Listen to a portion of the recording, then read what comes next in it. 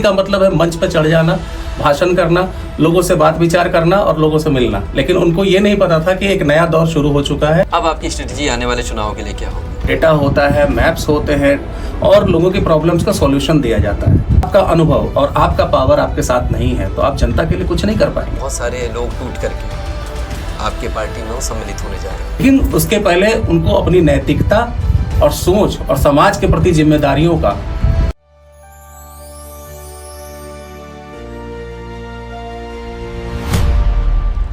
आज हमारी पॉडकास्ट में एक ऐसे युवा व्यक्तित्व मौजूद हैं जिनके परिवार ने सालों साल राष्ट्रीय स्वयंसेवक संघ को अपनी सेवाएं प्रदान की हैं। आपके दादाजी राष्ट्रीय स्वयंसेवक संघ के सक्रिय कार्यकर्ता एवं पदाधिकारी थे। साथ ही साथ आपके बड़े पिताजी कविंद्रनाथ त्रिपाठी जी, आप राष्ट्रीय स्वयंसेवक संघ के कार्यकर्ता के साथ साथ बड़े दायित्वों पर अपनी भूमिका का निर्वहन करते रहे हैं। आपके बड़े पिताजी जेपी आंदोलन में भी जुड़े और उसमें अपनी सक्रिय भूमिका निभाई। झारखंड राज्य में अपने सहकर्मी बाबूलाल मरांडी को मुख्यमंत्री पद तक पहुंचाने में आपकी बड़ी भूमिका थी।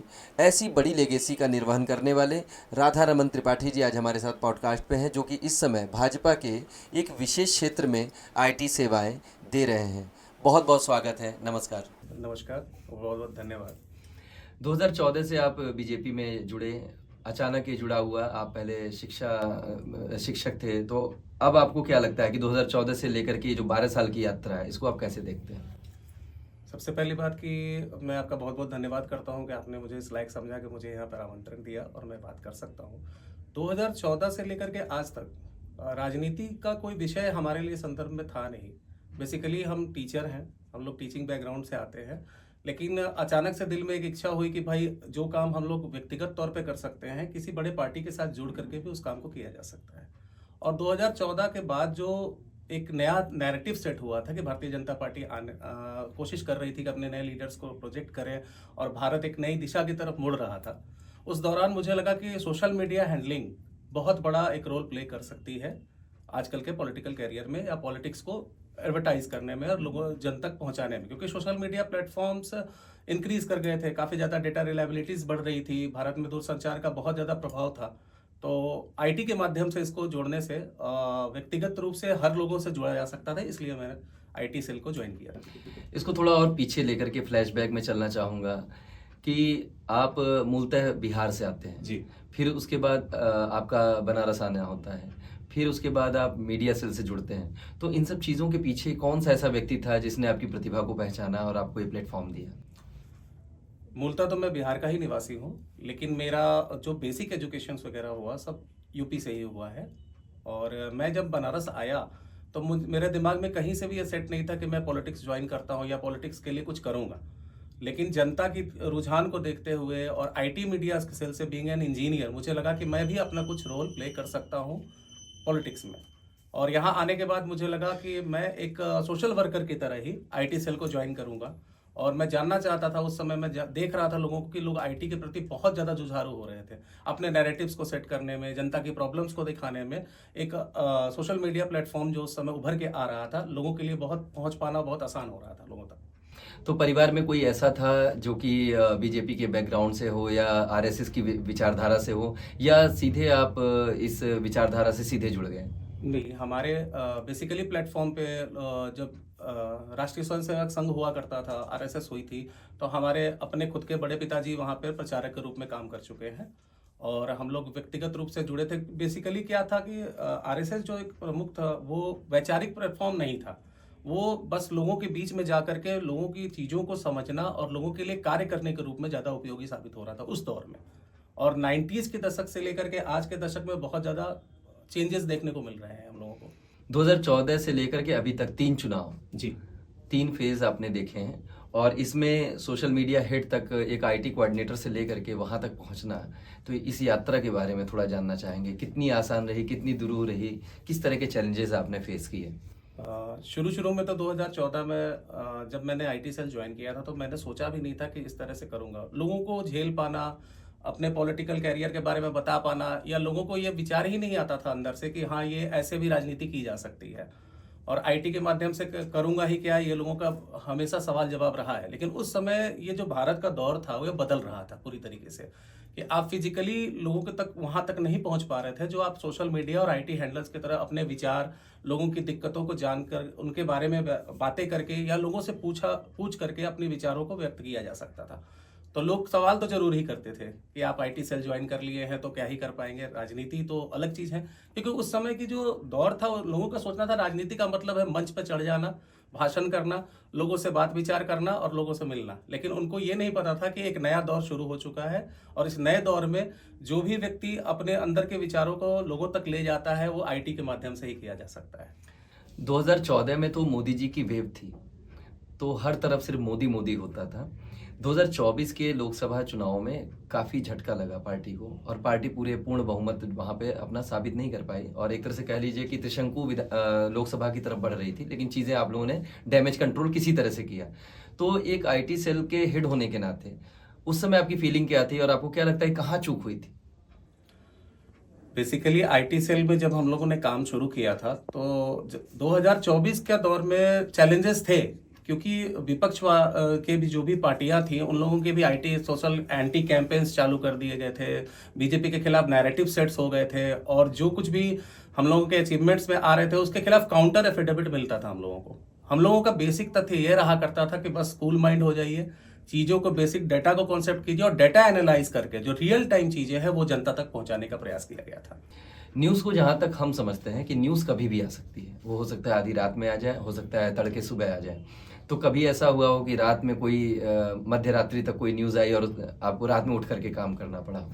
बिल्कुल स्वाभाविक सा विषय है, क्योंकि हम लोगों की जो टीम थी उस समय आईटी मीडिया की सभी लोग संभाला करते थे। कई बार ऐसा हुआ है कि कुछ कार्यशैलियों पे कुछ टिप्पणियां उठ गई हैं, कुछ विपक्ष के नेताओं ने कह दिया हो, या फिर हम लोगों के यहाँ कोई घटना घट गई हो, तो उस पर रात में 1 या 2 बजे का समय हम लोग नहीं देखते थे। हम लोगों का बेसिक ड्यूटी ही था, पॉलिटिकल पार्टी से जुड़े हैं या लोगों की जनता की समस्याओं को उठा करके एनालाइज करना और अपने बड़े जितने भी पदाधिकारी हैं उन तक पहुंचाना। तो इसके लिए तो जगना ही पड़ेगा। अभी आईटी सेल आप हैंडल करते हैं, और मेरा एक ऐसा सवाल है जिस पे आजकल ज़्यादा टिप्पणियां बहुत सारी आ रही हैं। प्रदेश अध्यक्ष जो आपके कांग्रेस के हैं उन्होंने भी कुछ टिप्पणियां की प्रधानमंत्री जी पे, लगातार प्रधानमंत्री पे किसी न किसी की टिप्पणियां हो रही हैं। इसको सोशल मीडिया पे कैसे हैंडल करते हैं आप? राजनीति में विपक्ष का बोलना या विपक्ष की तरफ से आलोचना करना ये आम बात है, लेकिन आलोचना जो हो रही है वो किस स्तर तक जा सकती है और कहाँ तक सही है, इस बात का बहुत ही विशेष रूप से ध्यान देना पड़ता है।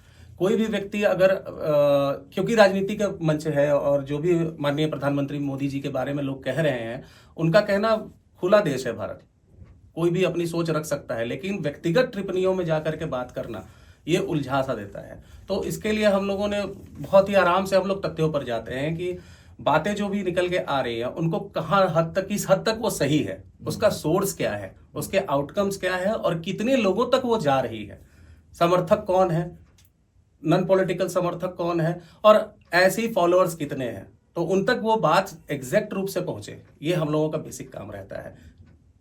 गवर्नेंस के हिसाब से कह लीजिए या गवर्नमेंट के हिसाब से कह लीजिए, तो व्यक्तिगत टिप्पणियों से हमें बचना चाहिए। ऑपरेशन सिंदूर जब चला तो उस समय सोशल मीडिया पे फेक न्यूज़ की भी बहुत बड़ी बाढ़ आई। किसी ने इस्लामाबाद पे कब्ज़ा किया, किसी ने कहा कि हम कराची इस समय एयरपोर्ट ध्वस्त कर दिए। तो इस समय में आपने जो भाजपा की जो ये सोशल मीडिया हैंडल्स थे, इसको कैसे हैंडल किया आप लोगों ने? नैरेटिव्स तो बहुत सारे सेट होते हैं।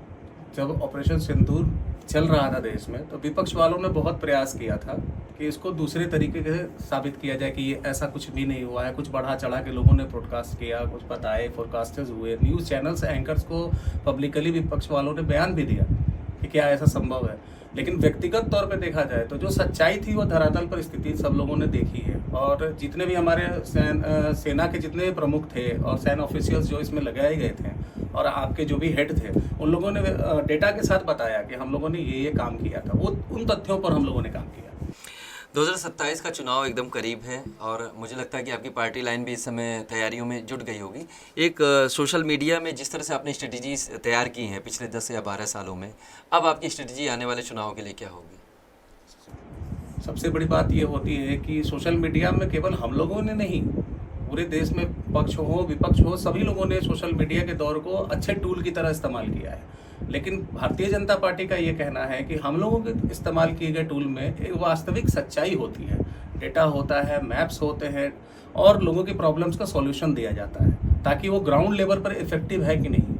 भारत एक छोटा मोटा देश नहीं है जिसको चलाने के लिए 140 करोड़ हिंदुस्तान में रहने वाले लोग हैं, भारत में रहने वाले लोग हैं। उनकी सभी लोगों की सभी वर्ग से आते हैं, छोटे बड़े समाज, व्यक्तिगत समाज, छोटे समाज, इंडस्ट्रियलिस्ट समाज या नेता लोग, ये जो कोई भी हैं, सबकी अलग अलग लेवल पर अलग अलग समस्याएं हैं। हम लोगों का ये भरपूर प्रयास रहता है कि हर लोगों से उन डाटा को कलेक्ट किया जाए, सबकी परेशानियों का सॉल्यूशन हर एक स्टेप पे किया जाए, क्योंकि एक ही सॉल्यूशन से सबका निदान नहीं किया जा सकता। हम लोगों का बेसिक स्ट्रेटेजिक मूव ये रहा है कि प्रशासन अच्छे से काम करे और न्यायिक शासन सत्ता रहे और डिसिप्लिन का मेंटेनेंस हो सके। सोशल मीडिया पे सोशल बुलिंग एक बहुत आम चीज़ है और ख़ास करके जब आप पार्टियों की बात करते हैं तो वो सोशल बुलिंग मतलब इस पराकाष्ठा तक पहुंचती है कि किसी को मेंटल स्ट्रेस देने के लिए बहुत ही इजी है। तो आपके जीवन में कोई ऐसी सोशल बुलिंग वाली अपोजिशन पार्टी के द्वारा दी गई कोई पोस्ट जो आज तक आपको याद आती हो? बिल्कुल आती है। वैचारिक तौर पर 2017 का जब इलेक्शंस चल रहे थे उत्तर प्रदेश में, तो उस समय प्रदेश में हमारी शासन नहीं थी 2017 में, और जब हम लोगों ने सीएम कैंडिडेट अनाउंस किया था तो लोगों को लगा था कि ये सीएम नहीं चल पाएंगे, इनका कोई पॉलिटिकल बैकग्राउंड उस तरह का खास रहा नहीं। लोगों ने बहुत सारे बुलिंग कमेंट्स किए थे कि बाबा अब देश को चलाएंगे, भगवाधारी अब इस देश को चलाएंगे। ये व्यक्तिगत तौर पर हम देशवासियों को, खास करके उत्तर प्रदेश में रहने वाले लोगों के मानसिक रूप से तोड़ने की परियोजना बनाई गई थी। ये जो शासन प्रशासन जो भी है, ये किसी भगवा देश वालों के लिए या फिर किसी एक व्यक्तिगत संगठन के लिए नहीं है, ये पूरे समाज की रक्षा करने के लिए होता है, पूरे समाज की सेवा करने के लिए होता है। तो ये थोड़ा सा चिंता का विषय हम लोगों के लिए थोड़े दिन के लिए बना, लेकिन हम लोगों ने इस चैलेंज को ओवरकम किया टीम वर्क के द्वारा, अपर लीडरशिप के इंस्ट्रक्शंस के द्वारा और खुद की मेहनत के द्वारा।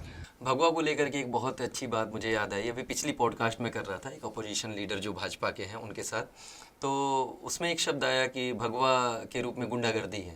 तो इसको आप किस तरीके से देखते हैं और इस पे आपका क्या वक्तव्य है? क्या ये सही है?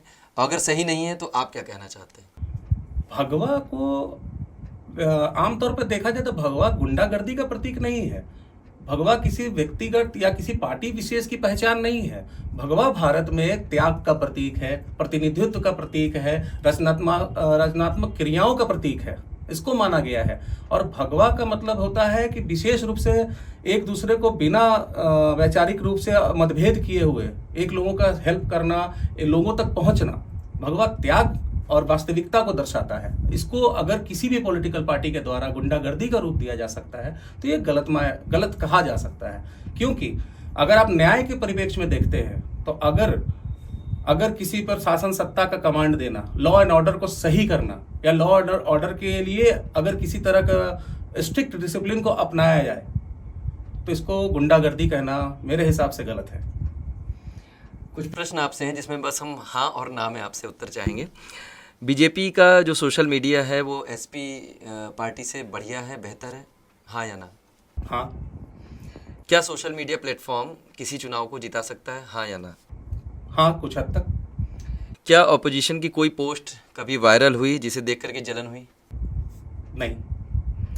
क्या यूपी 2027 बीजेपी डिजिटली स्ट्रेटजी से जीतेगी, हाँ या ना? 2027 का चुनाव हाँ बिल्कुल। क्या एलन मस्क का जो एक्स प्लेटफॉर्म है ये बीजेपी के लिए बेस्ट प्लेटफॉर्म है? बहुत सारे सोशल मीडिया के प्लेटफॉर्म हैं जिनको हम लोग यूज़ करते हैं, बेस्ट और अनबेस्ट कहना मुश्किल है। बीजेपी की एक पोस्ट जो सबसे ज़्यादा वायरल हुई देश भर में, कोई ऐसी याद आती है जो आपके द्वारा जो है पोस्ट की गई हो? फेवर या अनफेवर की बात करते हैं, बहुत सारे पोस्ट हैं। अच्छा, अपोजिशन की एक गलती जो सोशल मीडिया पर सबसे ज़्यादा कॉस्टली रही है? बिना तथ्यों की बात करना। व्हाट्सएप, इंस्टाग्राम, एक्स 2027 के लिए सबसे ज़्यादा पावरफुल प्लेटफॉर्म सोशल मीडिया में क्या होने वाला है? डेफिनेटली हम लोग कहें तो सारे सोशल मीडिया के प्लेटफॉर्म्स पावरफुल ही होते हैं। व्हाट्सएप आजकल हर लोग चला रहे हैं, ट्विटर और एक्स हैंडल का भी प्रयोग किया जा रहा है। साफगोई से आप इस प्रश्न का उत्तर देंगे। एआई टूल्स में जो सबसे ज़्यादा एआई टूल्स आप यूज़ करते हैं वो कौन सा है? डेफिनेटली गूगल है। गूगल। बीजेपी की एक व्हाट्सएप फॉरवर्ड स्ट्रेटजी जो लोग नहीं जानते। हम लोग पहले संगठन बनाते हैं, छोटे से लेकर के बड़े लोगों तक का कैटेगरीज में बांटते हैं और हर एक की भूमिका उसमें महत्वपूर्ण होती है। बीजेपी किस प्लेटफॉर्म पे सबसे ज़्यादा कमज़ोर है, ऑनेस्टली बताइए। कमजोरी की बातों को तो मैं नहीं मानता हूँ, कुछ कम या ज़्यादा हो सकती है। कम बता दीजिए। अपोजिशन की सोशल मीडिया टीम में कौन सबसे डेंजरस है? वो लोग जो नैरेटिव बैठ के सेट करते हैं। नैरेटिव पे बात करते हैं तो अभी ट्रम्प की मुलाकात हुई आपके माननीय मोदी जी प्रधानमंत्री से वहाँ पे G7 की समिट में, तो उन्होंने अपना दोस्त भी बताया और साथ ही साथ उन्होंने एक जो अभी सोशल मीडिया पे काफ़ी ट्रेंड कर रहा है कि ही इज़ अ किलर, तो इसको आप किस तरीके से देखते हैं और इसको कैसे डिफेंड करना चाहेंगे आप? ये आपका सवाल बहुत ही अच्छा है। अभी हाल में G7 समिट हुआ, उसमें हमारे माननीय प्रधानमंत्री नरेंद्र मोदी जी भी थे और लोगों के द्वारा ये जो विपक्षों के द्वारा जो आलोचना की जा रही है, छोटी सी बातों को बड़ा करके बताया जा रहा है। ट्रम्प और हमारे अमेरिका के साथ रिलेशन अच्छे ही रहे हैं और भारत एक बिल्कुल उभरता हुआ देश है जिसकी ज़रूरत हर एक विश्व के सबसे बड़े बड़े देशों को भी है। 140 करोड़ जनसंख्या वाला देश है जिसके वैश्विक लेवल पर अगर कोई प्रतिनिधित्व करने वाले हैं, ये विपक्ष भी स्वीकार करते हैं कि वैश्विक लेवल पर अगर कोई प्रतिनिधित्व अच्छे से किया या कर रहे हैं, वो माननीय प्रधानमंत्री मोदी जी हैं। एक तरफ कहा जाता है कि एक प्रधानमंत्री देश को ऐसा मिला कि 10 साल तक वो बोलते ही नहीं थे, एक प्रधानमंत्री ऐसा मिला जो बोलते ही हैं। अब ऐसी स्थिति में जब एक देश के शासक द्वारा ये कहा गया कि मैं मोदी का पॉलिटिकल कैरियर ख़त्म कर दूंगा, उस पर आज तक कोई भी टिप्पणी मोदी जी की तरफ से नहीं आई, तो आप इसको कुछ जस्टिफाई करना चाहेंगे? क्या है, कैसे है, या आप लोग जानबूझ करके डर करके इससे बचना चाहते हैं? मौन होने का मतलब समर्थन ना देना या हाँ देना नहीं होता है। कोई भी वैचारिक पार्टी तब तक नहीं देती है। व्यक्तिगत टिप्पणी के बारे में अगर बात की जाए तो भारत की राजनीतिक दृष्टिकोण से जो व्यवस्था है वो वाशिंगटन में तय नहीं होती है, वो भारत के लोग, भारत के द्वारा 140 करोड़ देशवासियों के द्वारा तय की जाती है और वही बताते हैं कि भारत में आगे कौन रहेगा। अभी एक चीज़ और हुई, एक तरफ तो मोदी जी जब तक 2014 के पहले तक या बहुत दिनों तक ये बात चलती रही कि वो बहुत अच्छे वक्ता हैं भी, ऐसा सब लोग मानते भी हैं, लेकिन लगातार उनका टेलीप्रॉम्प्टर, और अभी जब वो ट्रम्प के सामने भी बैठे थे तो वो एक चिट लेकर के बैठे थे, तो आपको क्या लगता है कि ऐसा मोदी जी जानबूझ के कर रहे हैं या सच में वो असहज होते हैं बड़े प्लेटफॉर्म्स पे? बिल्कुल नहीं, इस पर व्यक्तिगत टिप्पणी करना मैं उचित नहीं समझता हूं, लेकिन बड़े प्लेटफॉर्म पर असहज होने वाली बात से मैं साफ तौर पर इनकार करता हूं, क्योंकि जब आप इतने बड़े लेवल पर बैठते हैं तो आपके पास वैचारिक तौर पर कुछ डेटा होनी चाहिए और वो डेटास को ही देखते हैं। बाकी उनकी अपनी स्वयं की विचारधारा है जो देश देख रहा है। तो आपको क्या लगता है कि जो अपोजिशन में लीडर बैठ करके उनसे बात कर रहा है, तो क्या उसके पास डेटा नहीं है या वो डेटा चिट के माध्यम से देखना नहीं चाहता? विपक्ष इसको एक इकोनॉमिकली पॉलिटिलाइज करने की कोशिश कर रहे हैं। हर व्यक्ति अपने लिए एक होमवर्क करता है, एक टीचर भी होते हैं तो एक सर्टेन नोट्स बनाते हैं। कभी बड़े प्लेटफॉर्म पर जब आप बात करते हैं तो उसकी ज़रूरत पड़ती है। हालांकि आमतौर पर माननीय प्रधानमंत्री मोदी जी को देखा गया है कि व्यक्तियों से जुड़ने के लिए वहाँ की लोकल भाषा का भी प्रयोग करते हैं, आमतौर पर लोगों तक जाते हैं। इससे ये साबित करने का प्रयास होता है कि हम आपके साथ हैं।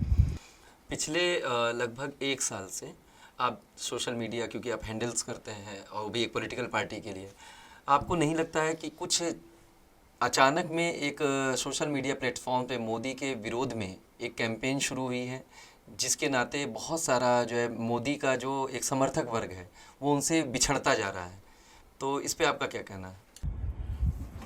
भारत में सोशल मीडिया प्लेटफॉर्म आज के दिनों की अगर मैं बात करूं तो बहुत ज़्यादा एक्सेसिबल हो चुका है। कोई भी बैठा हुआ व्यक्ति अपने घर से कुछ भी पोस्ट कर सकता है और सोशल मीडिया का कोई भी प्लेटफॉर्म, आइदर ट्विटर हो, व्हाट्सएप और एनीथिंग हो, वो किसी एक नैरेटिव से सेट नहीं होता है। उसके बहुत सारे खंड होते हैं। पहला खंड होता है व्यक्तिगत समर्थक, दूसरा होता है राजनीतिक समर्थक और तीसरा एल्गोरिदम और एल्गो बेस पे काम होता है। यदि बहुत सारी चीज़ों को एक साथ देखा जाए, जोड़ के देखा जाए, तो ये ज़रूरी नहीं कि किसी एक व्यक्ति के बारे में अगर मैं प्रचार कर रहा हूँ या कि व्यक्तिगत कोई प्रचार में आगे आ रहा है और वो ट्विटर हैंडल्स पे अगर आगे आ गया तो इसका मतलब ये नहीं कि ये लोगों की वास्तविक सोच है। वो सिर्फ और सिर्फ एल्गोरिदम का नतीजा है। अभी एक और चीज़, ये सूचनाएं, मैं इसकी पुष्टि नहीं कर रहा हूं, लेकिन ऐसी सूचनाएं सोशल मीडिया पे आ रही हैं, बहुत सारे लोग आकर के बोल रहे हैं कि जो भी सरकार के खिलाफ अगर जो है कुछ भी बोलता है, वो चाहे न्यूज़ में बोले, चाहे किसी यूट्यूब पे बोले, चाहे थोड़ा सा लिख दे या जानकारी मांग दे, आरटीआई एक्टिविस्ट हो, तो ऐसे लोगों के खिलाफ जानबूझ करके कुछ सरकार की तरफ से नियोजित करके कुछ किया जाता है जिससे कि उनकी आवाज़ बंद की जा सके। इस पर आपको क्या लगता है, कितना सच है और कितना झूठ? नहीं, मैं इसे सिरे से खारिज कर रहा हूँ इस बात को, क्योंकि ऐसा कुछ नहीं होता है। भारत में स्वतंत्रता है, बोलने का अधिकार है, सब व्यक्ति अपने अपने मनोदशा के हिसाब से बात कर सकते हैं, अनलेस एंड अनटिल किसी व्यक्ति विशेष पर टिप्पणी ना की जाए। एक ऑनेस्ट सवाल आपसे कि आप पिछले 12 वर्षों से सोशल मीडिया प्लेटफॉर्म को बूस्ट कर रहे हैं, आप अपनी पार्टी लाइन को मजबूत कर रहे हैं, ऐसे में आपको अभी तक कोई बड़ा पद नहीं मिला पार्टी की तरफ से। इसको पुरस्कार कह सकते हैं या जिससे कि कार्यकर्ता का मनोबल बढ़ता है, उसको भी आप मान सकते हैं। तो ऐसी स्थिति में आपको अभी क्या लगता है? मैं किसी पोस्ट के लिए या किसी पॉलिटिकल एडवांसमेंट के लिए भारतीय जनता पार्टी का समर्थक नहीं बना था। मैं लोक सेवा के लिए आया था, और मैं जहां तक मुझे लगता है कि अगर पार्टी को जिस समय राजनीतिक जरूरत पड़ेगी, वो हम लोगों को बैठा सकते हैं वहां पे। पद से काम नहीं होता है, काम से पद मिलता है। तो आप कर तो रहे हैं 12 साल से काम? तो मुझे नहीं लगता है कि मेरे से बढ़िया और मेरे से अच्छे सोच करने वाले लोग वहां मौजूद हैं। जब पार्टी को लगेगी कि मुझे वहां पहुंचाना चाहिए, वहां पहुंचाए जा सकते हैं। पद के लिए काम कभी नहीं करता हूं मैं। जीवन में कभी कोई ऐसा क्षण आया जब आपके पॉलिटिकल लीडर ने आपके किसी काम के लिए आपको पर्सनली शाबाशी दी हो? जी, बहुत सारे योग आए। हमारे अभी पिछले वाराणसी जिले के जो माननीय जिलाध्यक्ष जी थे, उन्होंने कई बार सराहना की हम लोगों के कामों की, और कई बार बड़े बड़े नेताओं ने भी सराहना की, और आईटी और सोशल टीम जितनी भी हम लोगों के साथ लगी है, सब लोगों को निरंतर बार बार प्रोत्साहन मिलती है, बातें होती हैं और समर्थन मिलता है। राधा रमन त्रिपाठी जी क्या बनना चाहते हैं, आईटी एक्सपर्ट, टीचर या पॉलिटिशियन? टीचर तो मैं हूँ ही, व्यक्तिगत रूप से टीचिंग मेरी हॉबी रही है, और फिलहाल मैं पॉलिटिक्स में जुड़ा हूँ, और तो डेफिनेटली पॉलिटिक्स में ही आगे बढ़ना चाहूँगा। अभी सोशल मीडिया पे राम मंदिर में जो चंदे के ऊपर जो चोरी, अभी उसकी पुष्टि नहीं है कि हुई है कि नहीं हुई है, लेकिन उस पर ज़ोरदार बहस चल रही है। इस पे आपके ऊपर कितनी जिम्मेदारी बढ़ जाती है?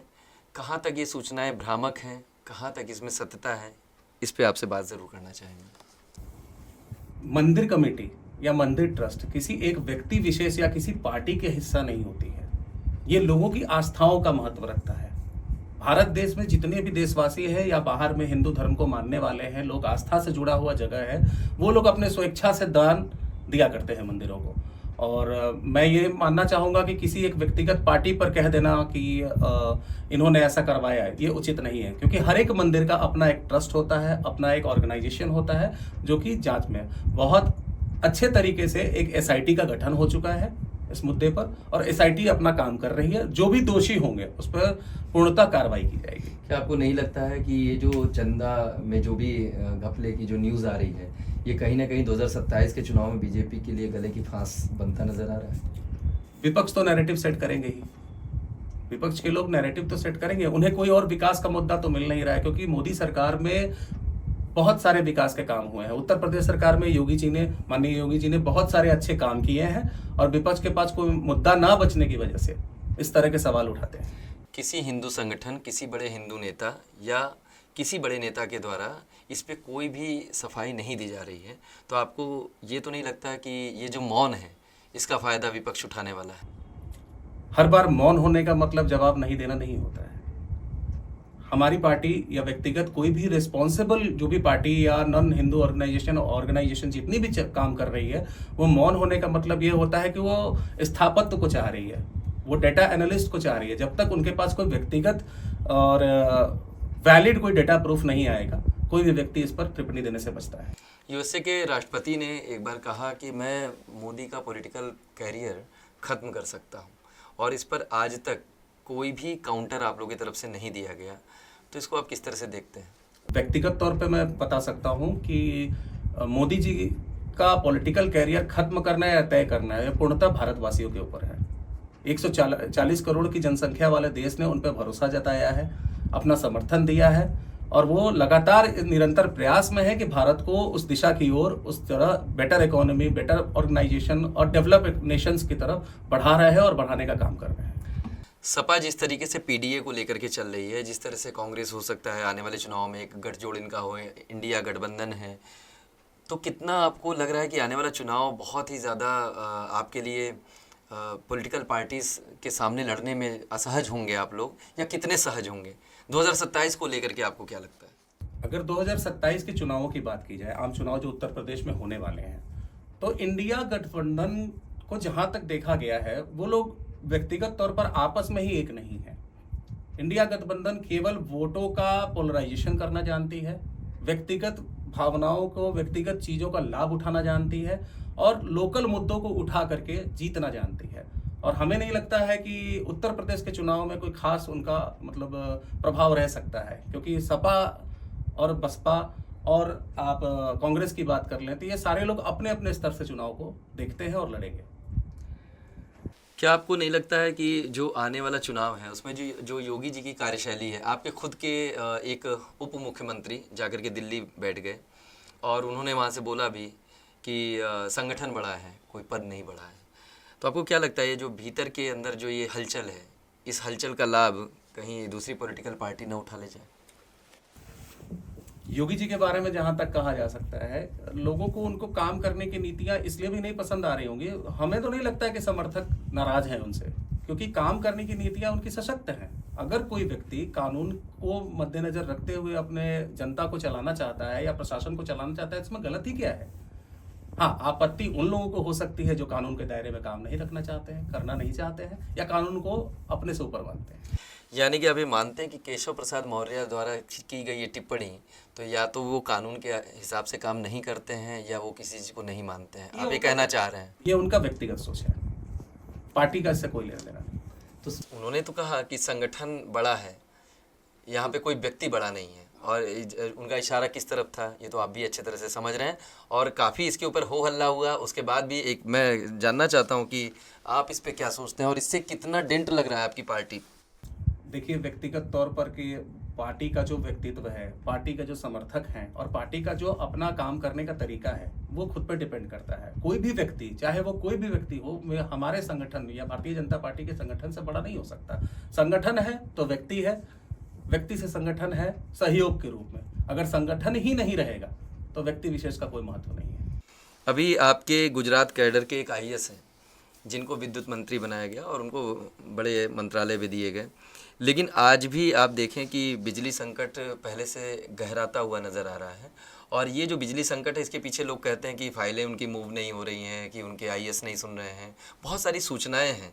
तो आपको क्या लगता है कि ये कहीं ना कहीं आपस की जो एक भिड़ंत है विचारों की, इससे पब्लिक का नुकसान हो रहा है? देखिए, ये कह देना उचित नहीं होगा कि काम नहीं हो रहा है। व्यक्तिगत तौर पे देखा जाए 2017 से लेकर के आज तक में जो भी शासन के द्वारा कदम उठाए गए हैं, प्रशासन के द्वारा कदम उठाए गए हैं, और जो व्यक्तिगत डिमांड बढ़ी है, अभी गर्मियों का समय चल रहा है, गर्मियों के क्राइसिस में लोड शेडिंग ज़्यादा होती हैं, तो ग्रिड्स के ऊपर मेहनत किए जा रहे हैं, गाँव को पोलराइज करने की कोशिश की जा रही है, गाँव में जो अनइवन कटिंग है बिजली की, डिमांड्स की सप्लाई को प्रॉपर किया जा रहा है, नए ग्रिड्स बनाए जा रहे हैं, नए ट्रांसफार्मर्स बढ़ाए जा रहे हैं, लेकिन demand day to day rise कर रहा है, तो उसको ओवरकम करने की कोशिश हो रही है, प्रयास जारी है। आपसी खींचतान में जो लोकसभा चुनाव में उत्तर प्रदेश में सीटें घटी, आपको क्या लगता है कि विधानसभा चुनाव में अगर ऐसी आपसी खींचतान चली तो ऐसा तो नहीं हो सकता कि हम लोग योगी जी का तीसरा टेन्योर ना देख पाए? मैं इस विचार का बिल्कुल खंडन कर रहा हूँ। योगी जी का तीसरा टेन्योर देखने के लिए बिल्कुल समर्थक है। कुछ एक ऐसा वैचारिक वर्ग है जो उनका विशेष रूप से विरोध कर रहा होगा, मगर व्यक्तिगत तौर पर उत्तर प्रदेश की जनता इस बात को जानती है कि जो शासन की और प्रशासन की स्थिति 2017 के पहले कायम थी, वो खत्म हो चुकी है। बिल्कुल शासन और कानून का डर लोगों में है। लोग एक पक्ष पर सोच भी रहे हैं कि व्यक्ति विशेष अगर गलत करता है तो उसको सजा भी मिलेगी, उसको गुड गवर्नेंस के रूप में आप देख सकते हैं। भारत का जो संविधान है वो लचीला संविधान माना जाता है, ऐसे में एक हार्ड लाइनर लीडरशिप, आपको क्या लगता है कि कहीं ना कहीं भारत के परिवेश में उतनी फिट नहीं हो रही है? शायद इस नाते भी ये विरोध है। बिल्कुल नहीं, क्योंकि हार्ड लाइनर पॉलिटिक्स करना ही होता है। जब डिमांड उठती है, अगर आप बातों से नहीं मानेंगे तो कुछ तो कानूनी कार्रवाई तो करनी ही पड़ेगी। अगर जिन लोगों को भी कानूनी कार्रवाई से डर लग रहा है या भय है और उनके इस प्रक्रिया के विरुद्ध में कुछ कहना चाह रहे हैं और बोल रहे हैं, तो इसका मतलब वो कानून को नहीं मानते। योगी जी के 2 काम ऐसे जो आपको लगता है कि बहुत बेहतरीन है, जो कि विधानसभा चुनाव में उनको फिर से सत्ता में वापस लेकर के आएंगे। बिल्कुल, मैं उसी पक्ष में बोलूँगा। एक सबसे बड़ी बात इंफ्रास्ट्रक्चर की बात हम लोग कर लें। जो बेसिक इंफ्रास्ट्रक्चर है, रोड हो गए, ट्रांसपोर्टेशंस हो गए, बिल्डिंग्स हो गई, और सारे ट्रांसपोर्टेशन के सेक्टर में काम करना, वो बेहतरीन रूप से आगे दिख रहा है। लोगों को इन्वेस्टर्स आए हैं। तो गडकरी जी का काम है ना, आपकी रोड तो गडकरी जी ने, वो तो केंद्र की योजनाएं हैं जिस पे जो काम हो रहा है। आप उत्तर प्रदेश में बताएं। उत्तर प्रदेश सरकार में अगर कोई व्यक्ति ऐसे बैठे हुए हैं जिन्होंने इंफ्रास्ट्रक्चर और रोड्स के लिए अलाउ किया, इसके पहले भी तो नेशनल प्रोजेक्ट्स आया करते थे, इसके पहले भी तो NHAI एक संगठन हुआ करती थी भारत में, फिर क्यों नहीं उत्तर प्रदेश में काम हुआ? उसके पहले क्यों नहीं प्रोजेक्ट्स आए? आप अगर आज पश्चिमी उत्तर प्रदेश की बात कर ले तो क्राइम का रेट कितना घट गया? योगी जी का दूसरा प्रश्न ये है कि कानून व्यवस्था ने उन्होंने बहुत हद तक सुधार नहीं किया है। मैं ये नहीं कहता हूं कि 100% क्राइम रेट सुधर गया है, लेकिन अगर आप डेटा निकाल के देखते हैं तो 2017 के बाद से अब तक क्राइम रेट में बहुत अच्छा खासा सुधार हुआ है। बड़े बड़े माफिया, जो लैंड माफिया सो कॉल्ड कहा पूर्वांचल में हुआ करते थे या फिर पश्चिम यूपी में हुआ करते थे, वो लोग या तो काम छोड़ चुके हैं या उत्तर प्रदेश से बाहर जा चुके हैं। अभी मैं टीवी पे योगी जी का एक भाषण सुन रहा था, इसमें वो कह रहे हैं कि ये तो मेरा प्रिय विषय है। तो उस प्रिय विषय को आप क्या मानते हैं कि वही प्रिय विषय उनको सत्ता में फिर से वापस ले आएगा, या ये लोगों के लिए कहीं ना कहीं एक भ्रामक सूचना जैसा है? ये लोगों की अपनी मानसिकता पर डिपेंड करता है कि आप उस व्यक्ति को किस हिसाब से देख रहे हैं। गोरखपुर एक तरह से केंद्र बन गया है इस समय आपके राष्ट्रीय राजनीति का, और आपको क्या लगता है कि आने वाले समय में आप योगी जी को प्रधानमंत्री पद के प्रबल दावेदार के तौर पे भाजपा में देख पा रहे हैं? ये संगठन का निर्णय है, क्योंकि जिस तरह की राजनीति एक समय मोदी जी किया करते थे, आज से जब वो प्रधानमंत्री बने, ठीक उसी तरह की एक हार्ड नेतृत्व के तौर पे इस समय योगी जी भी उभरे हैं। तो अभी आपके पास और कौन सा दूसरा ऐसा लीडर दिख रहा है जो लग रहा है कि मोदी जी की जगह रिप्लेस कर सकता है?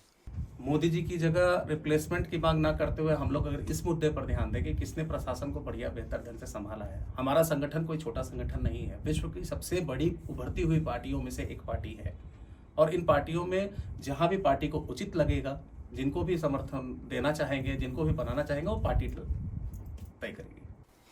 अभी आपको क्या लगता है कि ब्राह्मणों को कितना साधने में भाजपा कामयाब हो रही है, या कभी किसी ऐसी मीटिंग में आप बैठे हो जहां इस पे बात की गई हो कि ब्राह्मण हमसे दूर जा रहा है, एक नैरेटिव सेट किया जा रहा है, उसके लिए आप लोग सोशल मीडिया कैंपेन में क्या कर रहे हैं? बेसिकली अगर हम लोग बात करें तो जो भी विपक्ष की पार्टियां हैं, मैं नाम नहीं लूंगा, किसी एक गिने चुने पार्टियों का नाम नहीं लेते हुए मैं ये कहता हूं कि जब भी इलेक्शंस आते हैं, जब भी उनको मतलब इलेक्शंस की ज़रूरत होती है, उनको जीतने की ज़रूरत होती है, या उन्हें लगता है कि मुझे शासन में आना है, तभी ब्राह्मणों की याद आती है। उनको एक नैरेटिव सेट कर दिया करते हैं। ब्राह्मण कभी भी किसी भी सत्ता से असंतुष्ट नहीं रहा है। ब्राह्मण 4-5 चीज़ों की चीज़ मांगता है। एक सम्मान चाहिए, व्यक्तिगत रुझान चाहिए, और सुरक्षा चाहिए।